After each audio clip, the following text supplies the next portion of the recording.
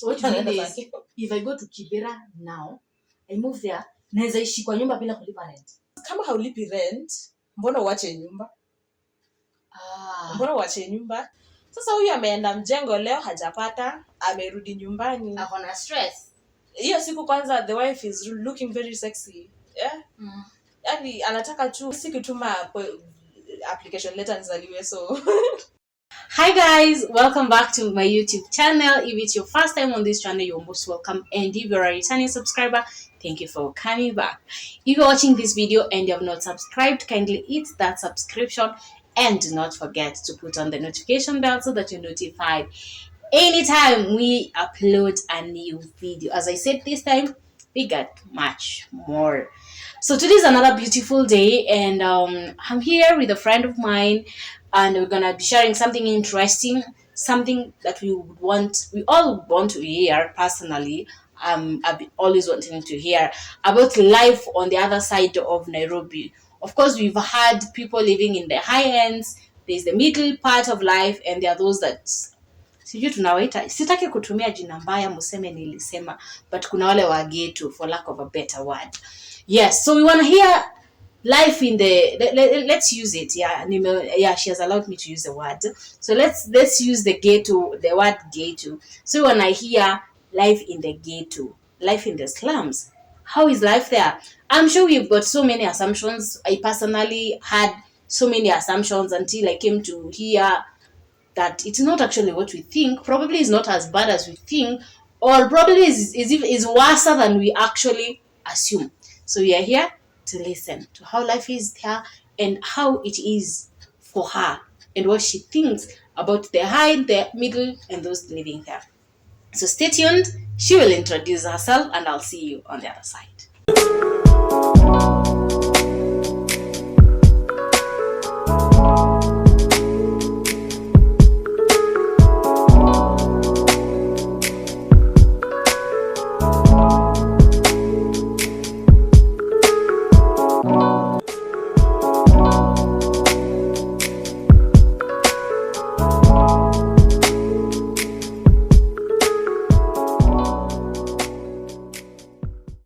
My name is Jacqueline Achieng.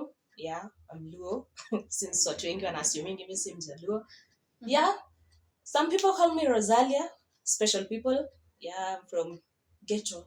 As some people call it, the lower class of the society.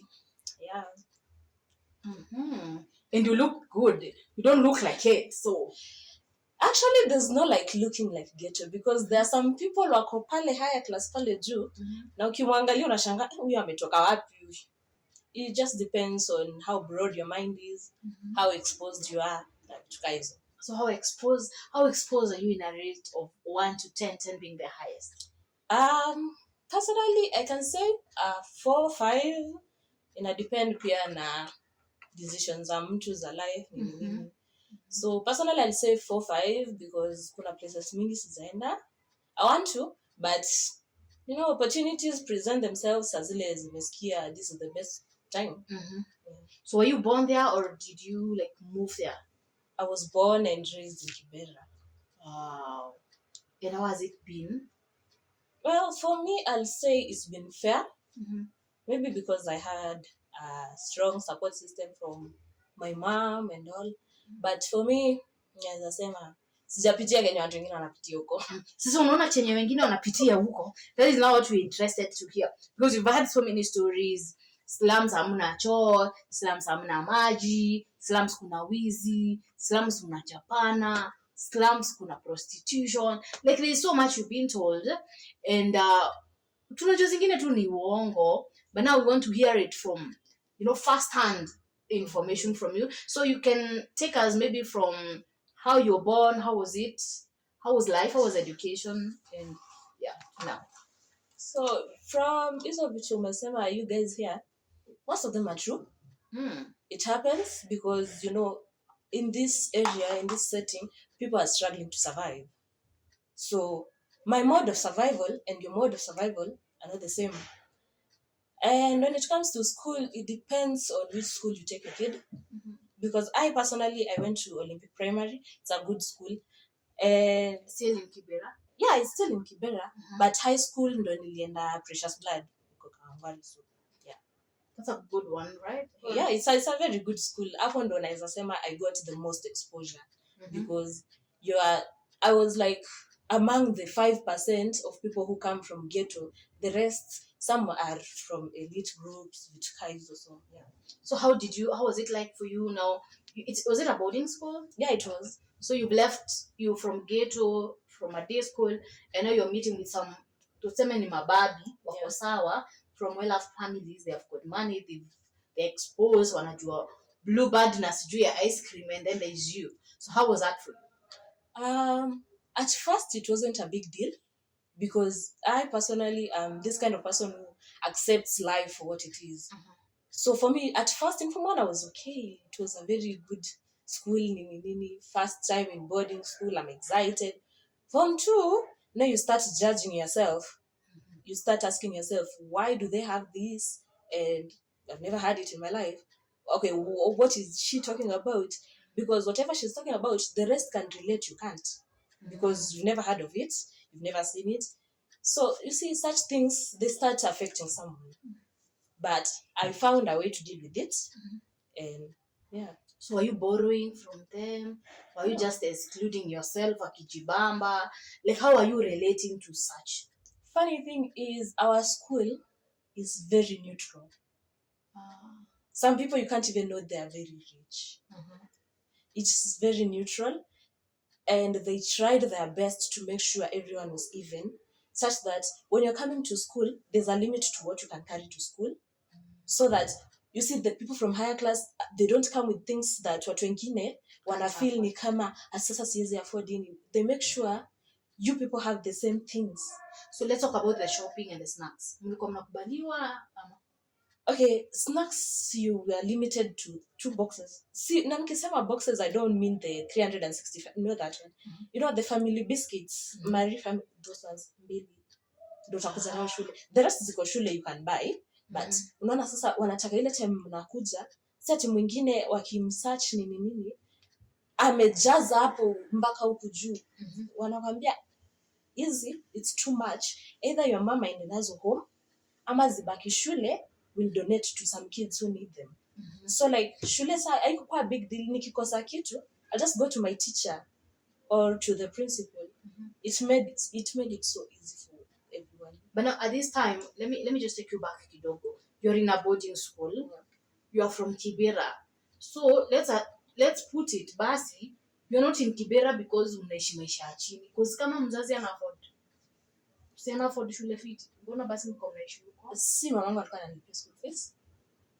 Okay. You see the way in Kibera, like when you perform well, you get sponsored. Nalipiwa school fees. So that's what happened. So you gotten sponsored. Yeah. That is how you landed yourself there. Yeah. So to in short, you went. Kuitwa niliitwa huko. So but school fees also now, like someone had to help because the school fees kidogo mamangu angemanage. So were the students in the school looking maybe down on you because you were like, never. Did they know? Yeah. How about visiting days? They did away with the visiting days. No visiting? No, like imagine it's a visiting day. Your mom is a busy woman because akona watoto wawili and she has to provide. So mama yule amekuja, amedrive yake, babake pia amedrive yake different. Wamekuja wameenda kwa field, they're seated there, they have their small picnic. Wewe hata mamako haumuoni.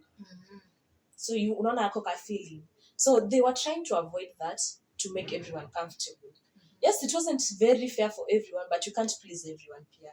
So you have to do what's best, whether some people will get pissed or not. So you dealt with the visiting day? Yeah, they did away with it. So let's now leave school to put sasa kwa ground. Or now on our assumptions for those of us who haven't been there or don't even know what exactly goes on. The issue of toilets. Public toilets ziko everywhere. Public. Yeah, public toilets. Kama plot yenyu iko na choo, well and good. Kama hakuna kuna public toilet. It's just 5 bob unaenda choo unarudi. So you pay for toilet every time? Utadu? Wait a minute. So there's kuna apartment like ni like ploti, sindio? Yeah, na si apartments, ni probably shanties, but apartments iko moja moja. Shanties. Ni gani? Tuseme hata mimi on this one I'm not exposed. Hiyo ni gani? Sasa si vile nyinyi mnazitanga like slums, uto nyumba. Like hakuna elevated buildings. Most of the buildings za chini. So hizo ndio unaita hivyo? Shanties ni ghetto. Wait a minute. Now I'm lost. What is just an English word? To mean what? Are we describing a house? Ama we're talking about a toilet? I'm talking about the village. About the village.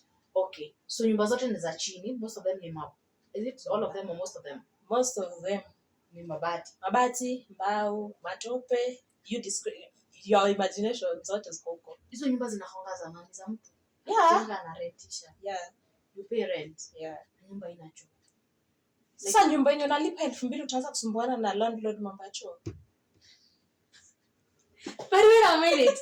How did you build a house bila choo? Unajua most of these houses zilijengwa kitambo before I was even born. Because kama yetu ilijengwa hata before I was born and it's still there. So unapata penye alafu land grabbing in Kibera iko huku juu.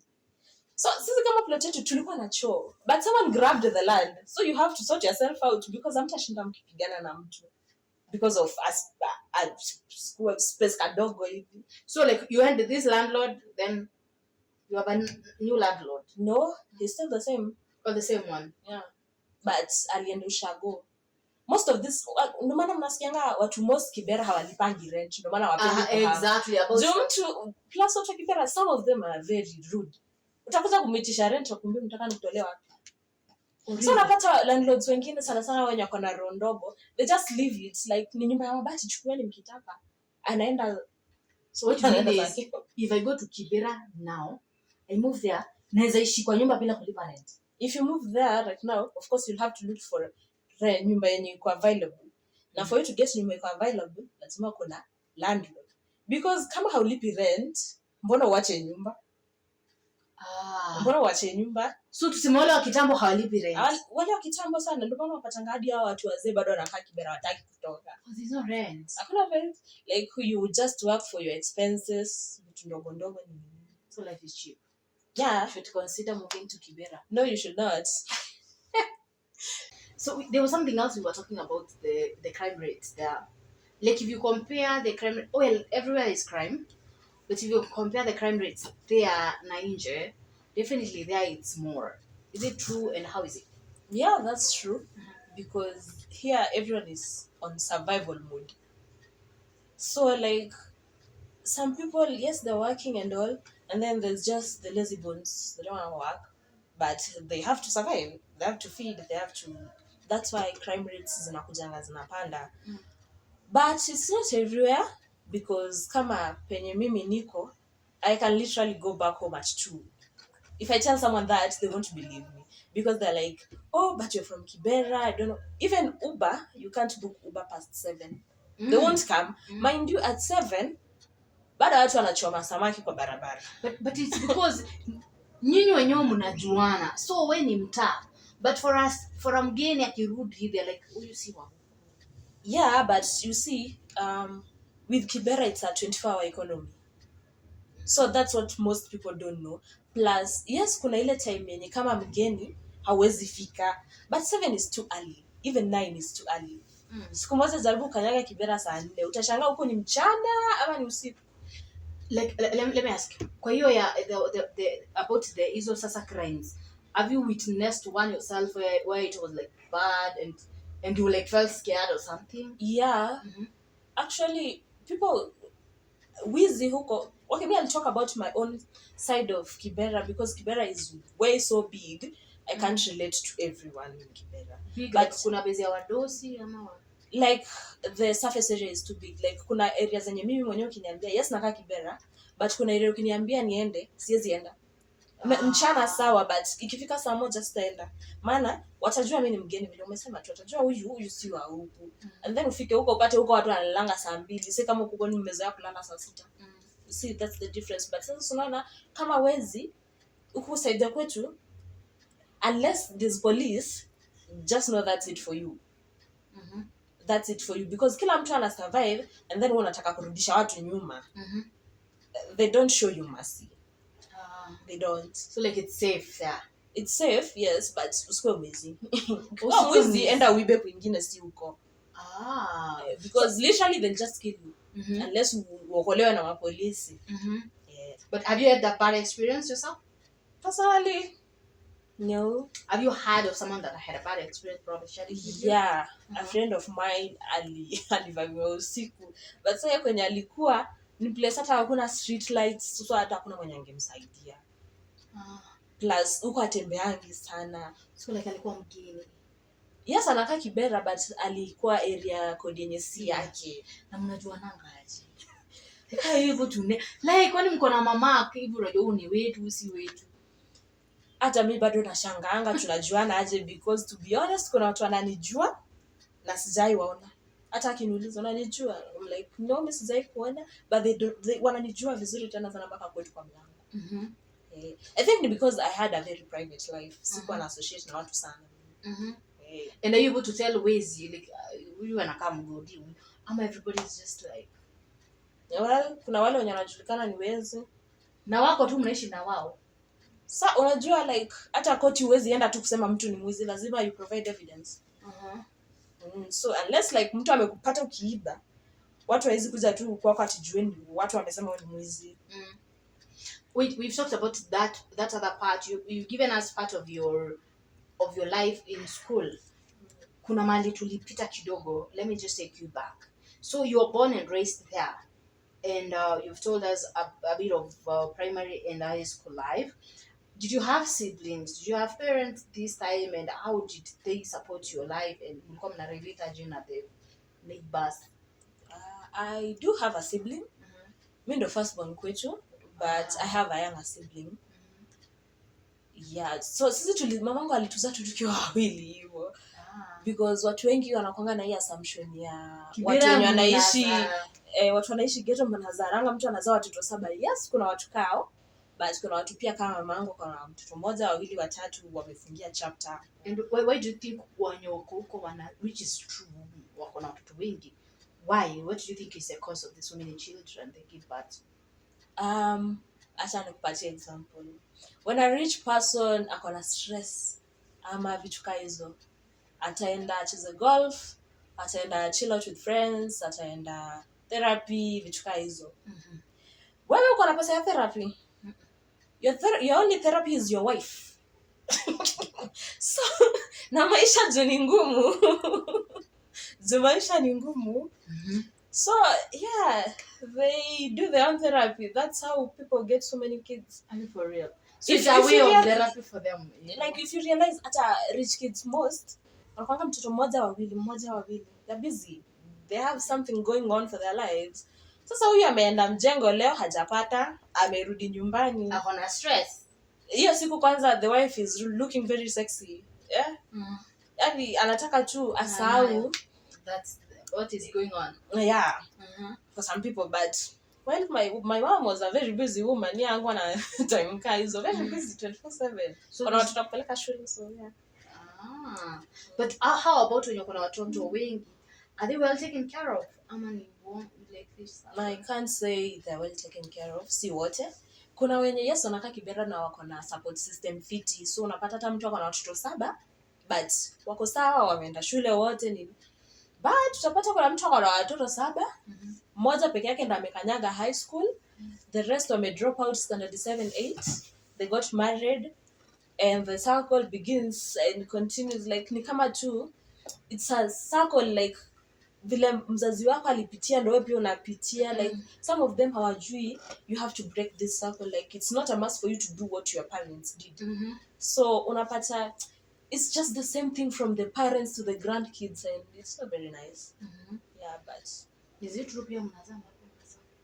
Yeah, because your mambo ya shule. So you see, like for me, I had someone to pay my high school fees, yeah. So kuna mtu mwenye hana hiyo, hakupita vizuri primary, hana mtu wa kumlipia school fees high school. Wanafanya nini? anaenda wanaolewa. So like for So- some people that's the only option they see. What age Like is this? You're getting married? pardon? Nini after high school? Hata wengine hata wamalizangi high school, wengine hata high school hawakanyagangi. Yeah. So uko na mtoto? No. Nini imekufanya usipate mtoto na wengine wanapata? What is it different with you, or what is that you did differently from them? Well, for me ni issue yenye watu wengi sana hapa nje kwa mtandao sana sana wana argue about. Me the reason sina kid ni juu I don't want kids. Like You don't want kids? I don't. For real? Now or forever? Like unless something changes my mind later in life, then sawa, but as for now, hata uniambie shika ndo mtoto, I don't want it. But what made you change your mind to hautaki? Sijaitaka, si ati nilichange mind, sijaitaka. Kwa nini hukutaka na wewe mwenyewe ulizaliwa? Well, sikutuma application letter nizaliwe, so Are you serious? yeah, like it's not a must to have kids. Did something bad happen to you that made you change your mind? Well, maybe my way of life living in the ghetto ilifanya niseme sitaki kuleta mtoto kwa hii life akuja pitie the same things mimi nimepitia. But at the same time I'm chocophobic, so like I imagine the whole process and I'm like no. Me, I'm not going through that. It doesn't matter what happens, or maybe someone will change my mind later in life, but I'll cross that bridge when I get there. yeah, for now I don't want kids. So would you say then, in short, let's say your life in ghetto, your experience there is what has pushed you to the decision that you're making today, or the feeling you have today? 70%, yeah, but 30% it's just a feeling, a personal decision. There's also this, before we maybe it's somehow related to what you just said. People say also most of the people there, most ladies are lesbians, most guys are gay. How true is that? That's not even true. It's not true. No, it's not. Okay, personally, without all the goodness on my face and earrings and stuff like that, I've been called gay, like, I can't even count how many times. Because my whole life growing up, I was a tomboy. Literally. From dressing, to talking, to everything. So most people are just like, she's gay. It's not a big deal. But I'm not. So not like any assumptions too. But ghetto, it's not si rahisi hata upate gay. Especially with this, yeah, no string ndo ilifanya watu wengi waniulize. And you don't mind people thinking you are with it? That's their own no. That's their own problem. I can't be responsible for your own decisions in life and assumptions. So you've gotten that before? Watu wanafikiria wewe ni lesbian or something? Till date, bado watu wananiulizanga that question. How does that make you feel? I just feel like you're not exposed enough. Like, why would you assume I'm gay because I have a nose ring? Like, is everything okay upstairs? Because it's just a nose ring. Nililipa na pesa yangu vizuri, nikatoka nikaenda nikaeka. So yeah, I knew the consequences. I knew how people will think. I knew what people will say, and I don't mind. So do you still tell somebody to do it if they want to? It's their own personal decision. I can't be responsible for that. No, later in life I say, "When you liniambia." I'm not getting that. In case you change your mind and think of getting a kid, would you encourage them to do it? No, I wouldn't encourage them to get it, but I'll support whatever they choose. So out of your personal experience, did your mom support it? My mom was okay with it. Okay. Yeah. My dad is okay with it. So mtu mwingine akikuja kuniambia nitoe because they think it doesn't look nice on me, I'm like, if my parents are okay with it and I'm fine with it, that's your own problem. Go deal with it. All right. What is it? What is this other thing that you feel, but when you're hawako huko, they assume, which is not true? Watu most when hawajafika huko, they just assume everyone in Kibera is ratchet, wanakaa tu hivi. Hawajakupata. Hawajakuona. Kuna watu wenye wako huko, they are way better. Way better than the way I am. So mimi sijui wanatakanga tutembee na banners zikiwa zimeandikwa, "Hey, I'm from Kibera." Ama wanataka aje, like, nana kudile assumption, yeah, because you come from a poor village, a poor background, nini, you have to look this way or that. But inadepend na exposure ya mtu na decisions za mtu, because hata mimi I'm a grown up, I dress myself. Hakuna mwenye aliniambia today you have to put on these earrings, put on these trousers, put on these gloves. You have to make the decision yourself. You have to expose yourself by yourself. Hakuna mtu atakuja kukutoa kwambie watu wanavaa hivi huku nje. No one. So yeah. And have you ever gone somewhere and ukajiintroduce ukasema I'm from Kibera and people looked at you like nikawe ni mwizi or nikawe ni maskini or like basically look down on you just because you mentioned you're from Kibera? Acha si ku mention, like the person knew nimetoka Kibera, mimi ni mtu wa Kibera, but nilikuwa nimeendea tattoo. So I was dressed nicely. Nilikuwa nimevaa boots, nimevaa dangari na nimevaa kanimie juu. So I was looking very demure. Hata mtu hawezi jua nimetoka wapi. So this guy was like, leo ndo ile siku. And then akanichora tattoo vizuri. Yeye mwenyewe, he promised it's my birthday gift. So mimi niko hapo, I know I'm not paying for this. Kama the guy akona plans zake. Akamaliza, and then like he wants to force himself on me. I shifted from being baby girl to being sasa yo ghetto kid mwenye anajua. And he was like, nyinyi wasichana wa ghetto sijui mnaweza hata huwa mtu. I was like, you're very stupid. Kuna ukweli uone. Like si kila mtu. But you guys can fight for yourself. Like you used If I have to fight for myself, I'll fight for myself. But funny thing is, sijai fight for maisha. Not even with my sister. Oh really? Not even with my sister. Sijai pigana. Like mimi sijui kupigana, sijai pigana. I'd rather apologize hata kama ni wewe umenikosea. I'd rather apologize, so story ish. But so unaona this guy so anaweza take advantage. Mimi kwanza nataka kujua hiyo story. No, I just want to know this ghetto guy. So amekufanyia tattoo. Yeah. So you are not supposed to pay. No, I was not supposed to. Because ni alinipromise mwenyewe sikumuitisha. Okay. Sikumuitisha. Ni aliniambia ukuja nikuchore tattoo since it's your birthday is this week na mimi sina do. But I'm a tattoo artist, so acha nakuchora, and yeah, that's it. So I was like, okay, fine, because I myself love tats. I'm planning to get more. Oh really? How many do you have? 9. 9 tattoos? Yeah. We are 1, 2. 1, 2, 3, 4, 5, 6, 7, 8, 9. And how many do you want to get? As much as possible. I'm a whole canvas, so yeah. But why? Because it's art. Yeah, you can do another form of art. Which is? I don't know. Just find out. Well, I paint sometimes, but that's not enough. Okay, fine. Mimi niko hapa kwa hii story. So tumemaliza tattoo. So like you're not supposed to pay. Yeah. The guy has changed his mind and he thinks you should pay or no. The guy thinks that we should smash, and I was like, no, this was not our agreement. And mimi ni ule mse mwenye, if my heart doesn't want it, that's it. Tupigane tuwane, but if my heart doesn't want it, nivo. So like the guy was like, hata ukikataa, I'll just take advantage. Until nika shift from baby girl to what the fuck. And he was like, what? So you're just the two of you? Yeah, silikuwa nyumbake. Wow. Because mi kwetu ni mbali na ni Kibera. Angefika juu alikuwa anaenda job the next day. So akaniambia wewe kuja tu Kitengela, tumalizanie huku, and then you can go in the morning, because ni place yenye nishaenda sleepover, we are friends nini, but mnaambiwanga even friends will betray you, so yeah, but I was mentally prepared for anything. Mimi nakuanga hivyo, roho yangu ikiniambia prepare yourself, I can't prepare. So tuseme being born in the ghetto pia imekusaidia kwa ile? Yeah, it helps. Because survival instincts zinakuanga huko juu. So now this time your ghetto whatever is up, your tomboy nails are up. You know, I was just seated. Alafu mimi ni mtu mwenye anxiety kinishika, I just shake my legs. So like mtu ako, wow, msichana amekasirika.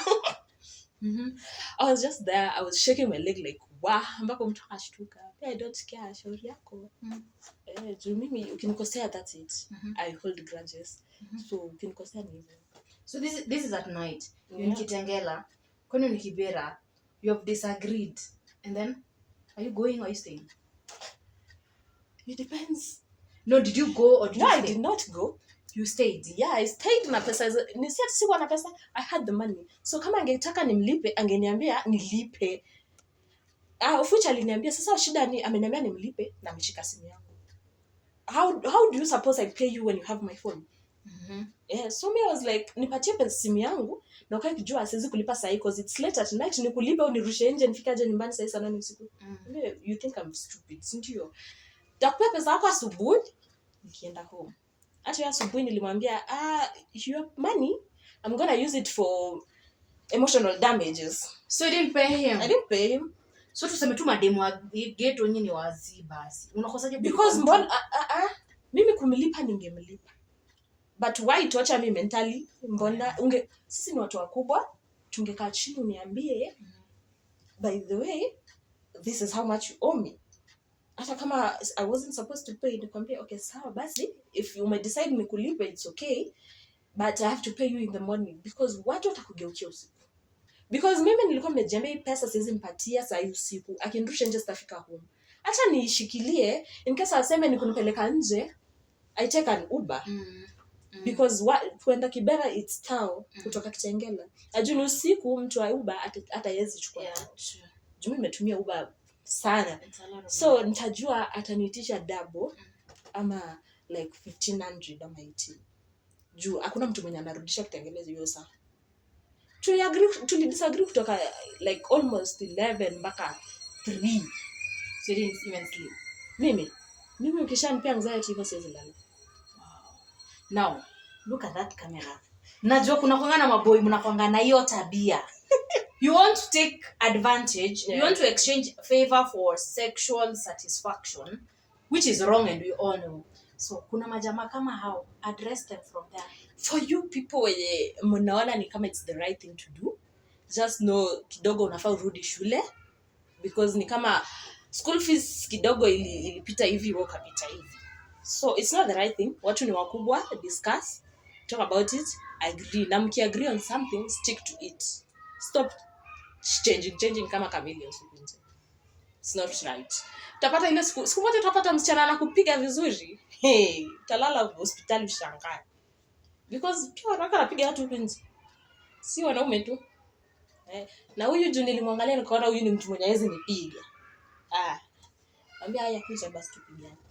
Na angekuwa ni mtu amejenga anaweza kupiga. That's why nilikwambia I'm very keen. Mimi nikiona umejaza mwili kidogo naweza nifanya hivi. I don't even come to your house. You want us to meet? Twende huko hoteli tukule, kila mtu aende zake. Lakini ukiona unaweza mpiga, you're fine. Nikiona tumetoshana. Twende kwako. Unataka twende wapi? Mombasa? Haya twende. Mimi I know to survive. Hata ukiniacha hiyo Mombasa, tutapatana tu Nairobi.